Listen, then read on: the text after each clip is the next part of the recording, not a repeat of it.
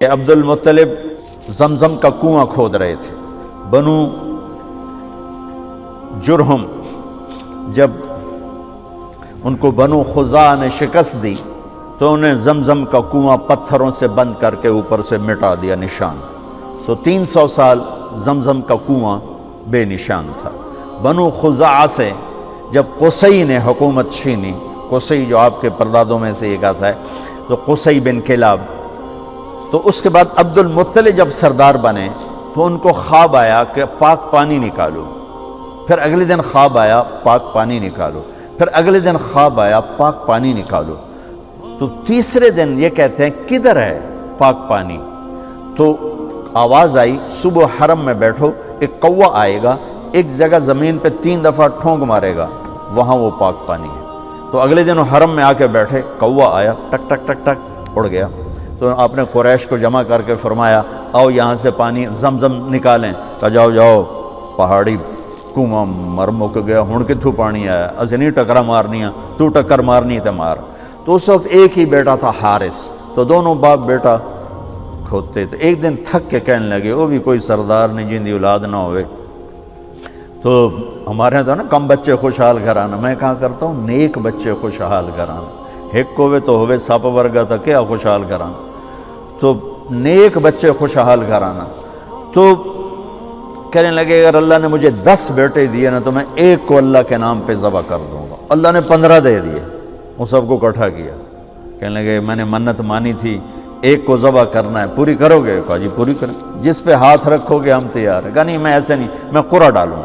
قرعہ ڈالا، نام نکل آیا عبداللہ، سب سے محبوب بیٹے عبداللہ۔ وہ لے کے چل پڑے صفا پہاڑ کی طرف، شور مچ گیا، قریش اکٹھے ہو گئے۔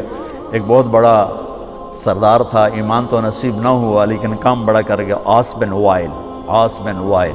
وہ کہنے لگا عبد المطلب یہ ظلم نہیں ہونے دوں گا۔ عبد المطلب نے کہا یہ سردار کی قسم ہے پوری ہوگی۔ عاص بن وائل نے کہا تیرے کو بھی کمی کوئی نہیں کھلوتا، سردار ہی کھلوتا ہے، اے نہیں ہوئے گا۔ اتنے جھگڑا پڑ گیا، تو پھر آخر ایک فیصلہ ہوا کہ قطبہ کاہنہ نجران میں رہتی ہے، وہ جو فیصلہ کرے گی اس پہ ہم عمل کریں۔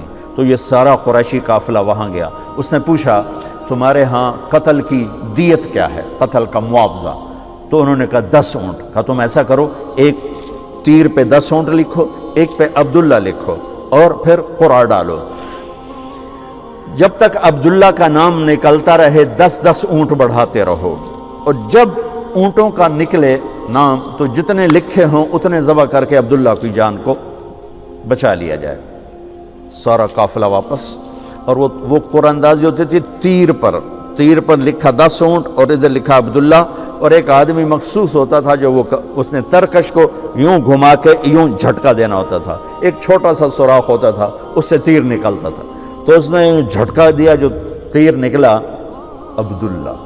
عبد المطلب نے 100 اونٹ پہلے کھڑے کر دیے تھے تو 10 ادھر کھڑے کر دیے تھے، جب عبداللہ نکلا تو 10 ادھر کر دیے، پھر جھٹکا دیا عبداللہ، 10 اور کر دیے، 30 ہو گئے، پھر جھٹکا دیا عبداللہ، 40 ہو گئے، پھر جھٹکا دیا عبداللہ، 50 ہو گئے، پھر جھٹکا دیا عبداللہ، 60 ہو گئے، پھر کیا 70 ہو گئے، پھر کیا 80 ہو گئے، پھر 90 ہو گئے، 100۔ اب ماتھے پہ پسینے سب عبد المطلب کہ ہن تو اٹھ مک گئے، ہن کی کرنا ہے، تو 100 کے 100۔ تو پھر جب قرعہ ڈالا تو نکلا 100 اونٹ، تو قریش نے نعرہ لگایا، عبد المطلب نے کہا نہیں حالی نہیں میں ایک باری اور کرنا ہے، انہوں نے دوبارہ کیا 100 اونٹ، پھر قریش نے نعرہ لگایا کہنے نہیں حالی نہیں میں ایک باری اور کرنا ہے، پھر کیا 100 اونٹ، تو 3 دفعہ 100 اونٹ نکلا، تو حضرت عبداللہ کی جان بچی، اور عبد المطلب نے 100 اونٹ اپنے ہاتھوں سے ذبح کر کے تقسیم کیے،